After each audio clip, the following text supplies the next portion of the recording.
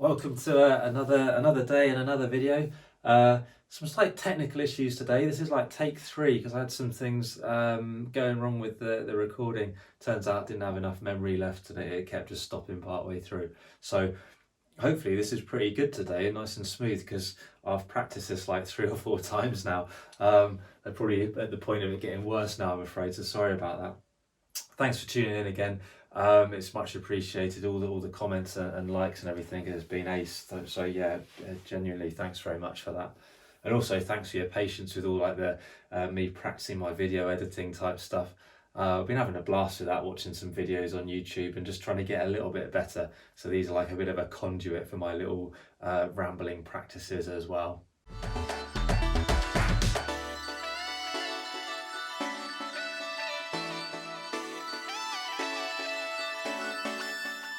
Such as that one, which I quite liked this morning. That was a bit of learning there, or hopefully I'll get better at it, but a good bit of practice anyway. Today we're going to look at top rope setups and bottom rope setups, all right? And I thought when I was putting this together that it's probably going to be aimed at instructor types, but actually that's not true, because it could be, you know, parents taking their kids out. It could be mates wanting to practice a route that's a bit hard for them, so they're going to practice it first before leading it.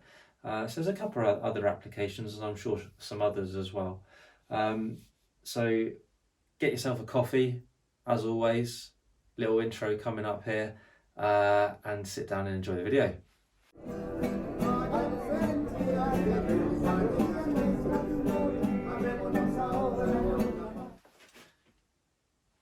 There we go, right, I've got my coffee. Instant coffee, I'm not going to drink that. That was purely for video. I can't stand instant coffee. It's not real coffee, is it? So that's going on the side just to sit there and go cold, basically. Right, so before we start then, top ropes and bottom ropes. Let's just assume this is an anchor for a second.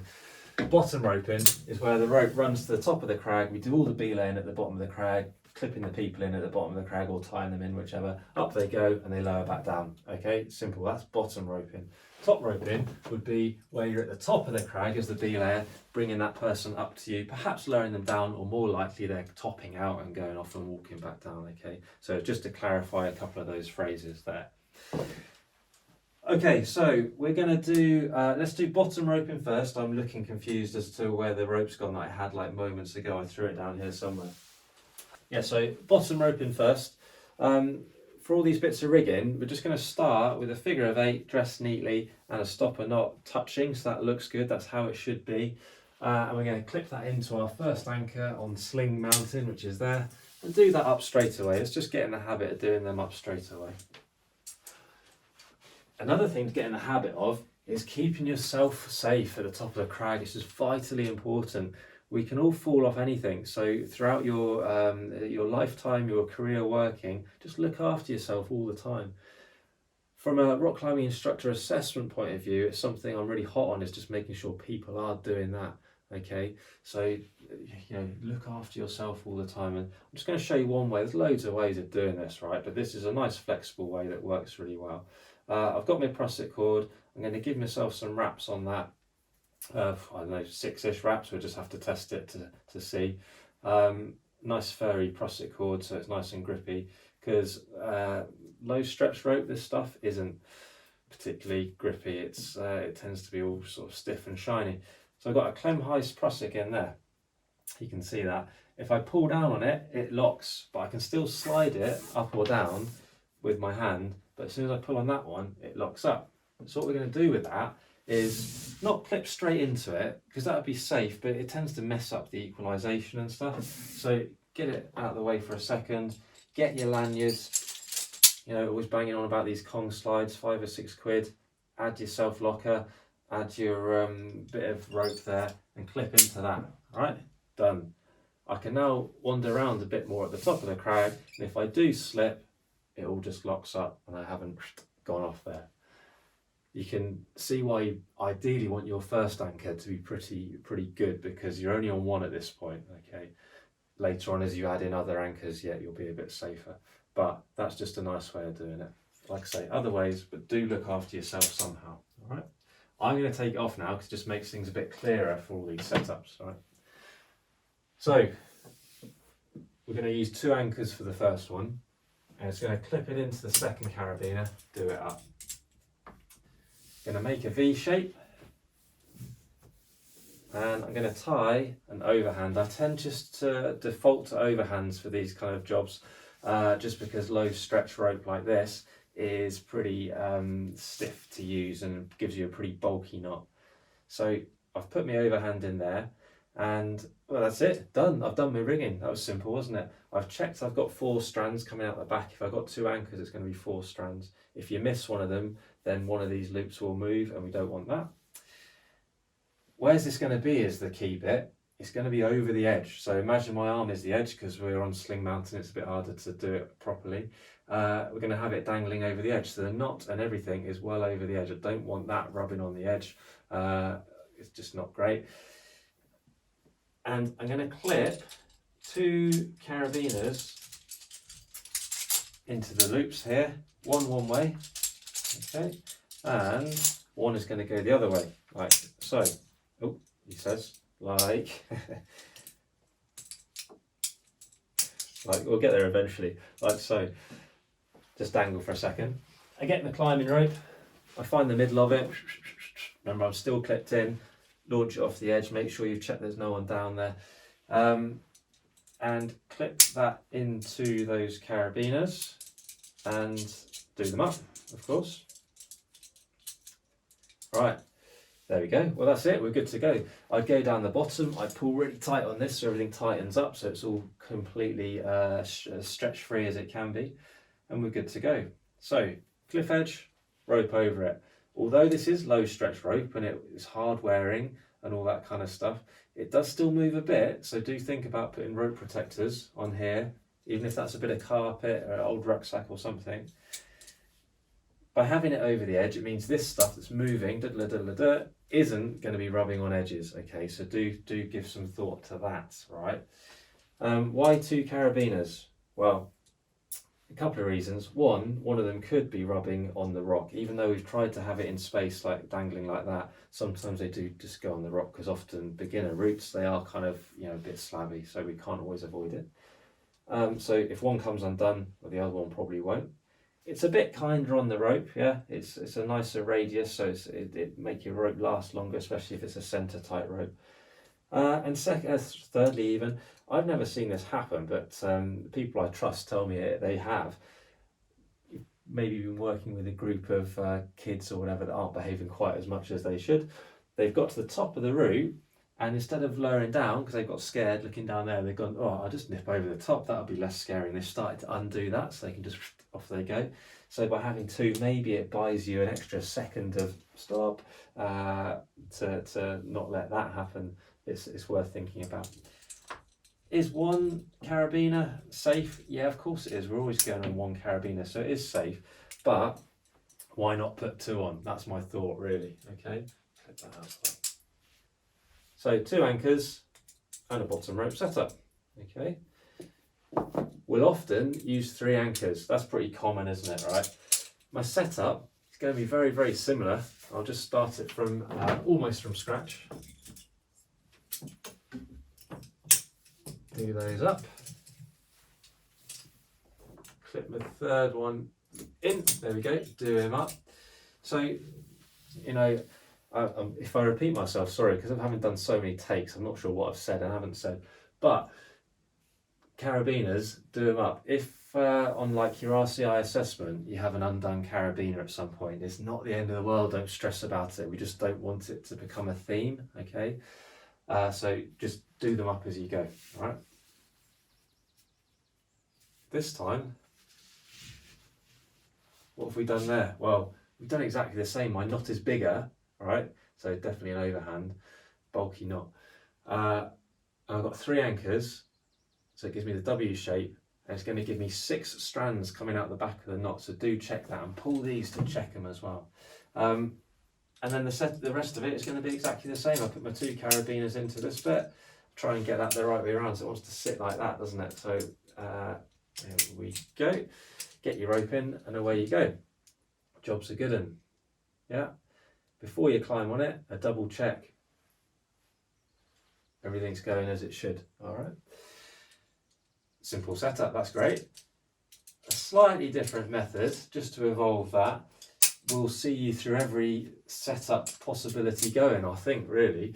Let's just take that big PowerPoint out. Let's imagine that we haven't got quite enough rope to do what this setup, because there's a lot of rope involved sometimes. So what we could do is go up to anchor number 2.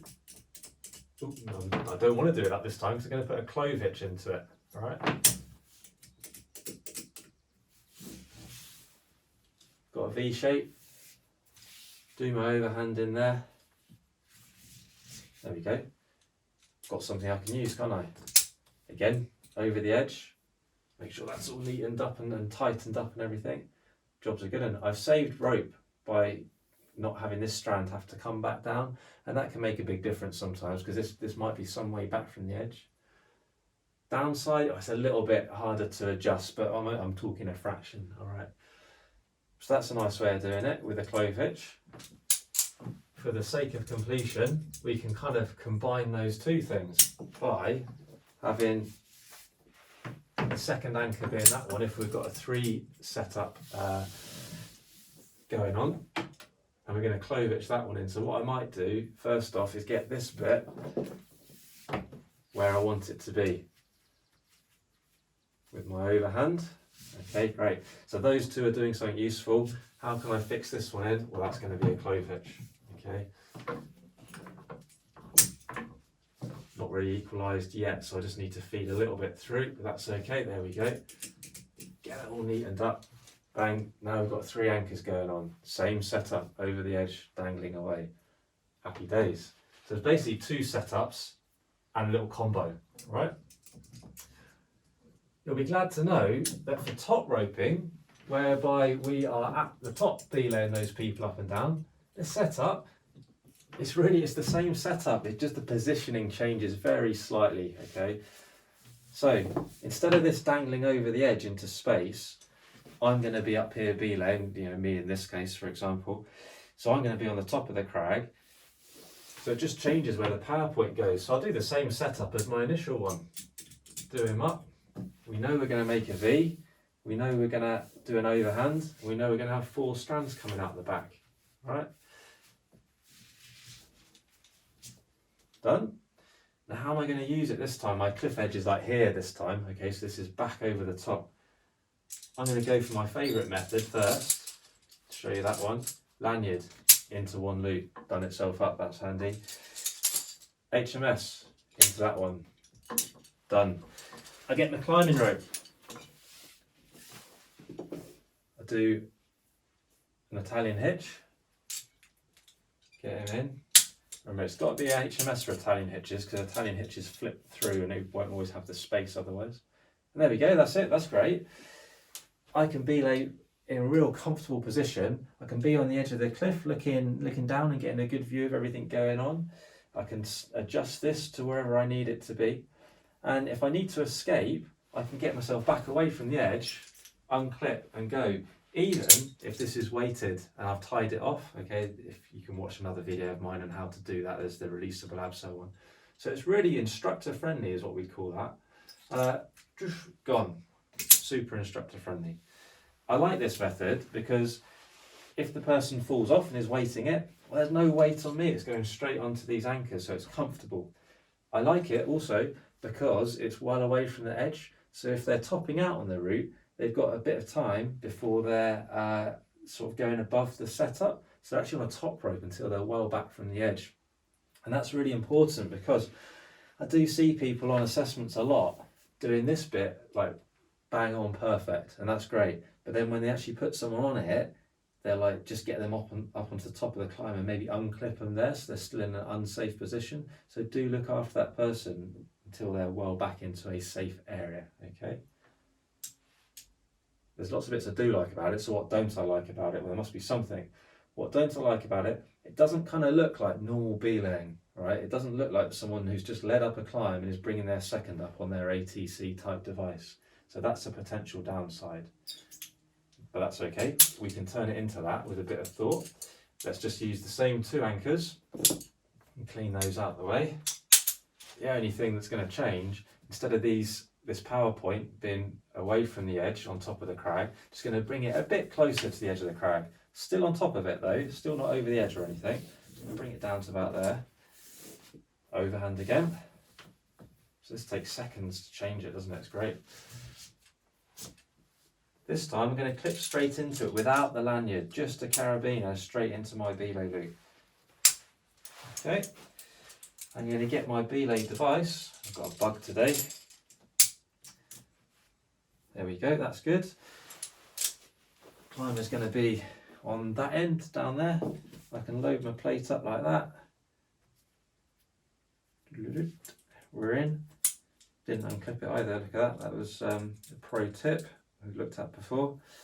And we're good to go. So I can belay as you normally would, you know, taking in, swapping hands, taking in, swapping hands and all that, okay? It's still good for me because it's still instructor friendly. So even if this is weighted and I've tied it off, another video, I can still actually just unclip and go.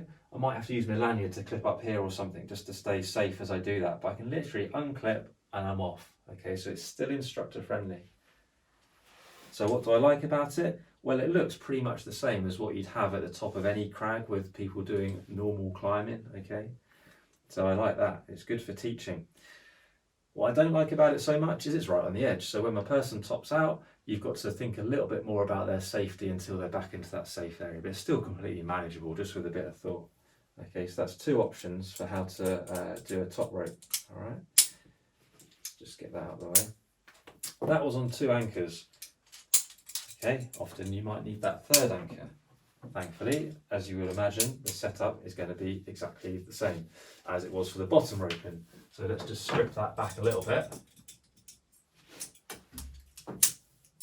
Get him done up, forming that habit, and then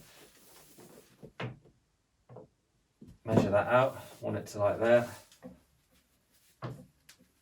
Okay, got me overhand, now I can put that in. There we go. If you need to adjust it, that's why it's the Clove Hitch, because it's easy to adjust. Well, that's great. So what do? Well, I can clip straight into it. Great. I can get my belay plate on the other loop. Great. Exactly the same as before. Let's load him in. One little top tip here is that when you're doing this method, if you're doing it with beginners, if you do it on 2 separate loops like this, which I like for myself, because you know I've done plenty of belaying, so I'm quite happy with it. It does flop around a little bit though. So for beginners, it can be quite tricky if they're doing all this for the first time. So what you might like to do is to actually clip yourself into both loops. Into there, do them up. And you're going to do the same with the belay plate as well. That's going to go into both loops like so. All right, check you got the orientation right and everything. Away you go, jobs are good. And it's just a bit more manageable then, it all stays where it should be. Don't forget that we need to be weighting this, so get yourself in a position like that. It's obviously a bit trickier on the banisters, but yeah, weight it like that. Great, well there we go. So that looks like actual proper belaying, and we've got 3 anchors going on. Just for the sake of completion, I'll just show you a method whereby we can do the same setup for top roping, but with just 1 rope, okay? So sometimes you might not be got a static with you. You probably heard me say sometimes static, sometimes low stretch. We tend to call them static ropes, but actually they do stretch a little bit. So the proper name would be sort of low stretch rope. But you might not have one of those with you. You'll kind of need a 2nd rope for bottom roping. There's no way around it, okay? But for top roping, you can get away with just 1, and that would be your climbing rope. So it's the same setup. There's no difference, okay? So we get that in. Let's use let's go for 3 anchors, just because we can. Let's do a little combo though with this one. So get that tied there, and he's in. Get that one. That's going to be a Clove Hitch up there to fix it, isn't it? Do him up. Get it adjusted if it needs adjusting. It almost certainly will a little bit. And then what can we do with that? Well, we can do either of those 2 top roping methods that we've just been on about. I'm going to clip myself into one. I'm going to get my Italian hitch on the other. I find the other end of the rope, which luckily is hidden. Of course it's hidden. It would never be easy to find, would it? There it is. I can launch this down to the bottom and I can put what's going onto the HMS Italian hitch. All right. In, done. No different, is it? The setup was exactly the same. I'm safe. They're on belay on the Italian. That rigging is all good. Okay. So those couple of methods there, and combining the two methods potentially, work pretty much everywhere. You might be thinking, what if we're using 4 anchors? Well, sometimes you might want 4 anchors, okay? Are we going to do massive runs of rope like this? Well, you could do exactly the same, okay?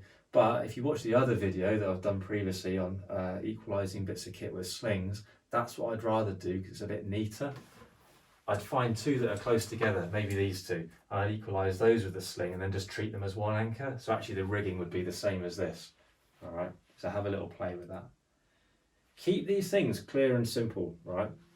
They're much easier for you to check, and you must just double check every time, whether that's on your assessment, whether you're using it for real. Go through it, check it from sort of start to finish. I start with this bit because that's my first bit. So I just check from the gear through the carabiner, through the knots, and all the way through it, okay? It's easier if that's clear and simple. If you've got weird stuff going on, it's much harder to check.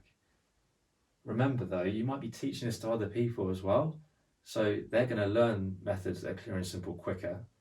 And if they're doing work for you, maybe they're a centre assistant and you're managing them as an assistant, you know, they might go and set up something at the crag and then you can come along and check it. And if it's real clear and simple, you can check it really quickly rather than having to stress about it. Because with the best will in the world, taster session type stuff is often a bit of a rush. So slow it down and check. But if it's clear and simple, it's much easier to do that. Okay. Fire away with any questions, as always, all right? Have a little practice on your banisters or on your trees and all that kind of thing. Keep clicking the subscribe button. If you haven't already done so, click the like button. Find us on Insta, find us on Facebook, all that kind of stuff. Have a look on the website as well. There's kind of there's blog posts on that of like top tips to pass your RCI assessment and all those bits and pieces. So do have a look at them. But thanks again for watching. More videos coming along soon.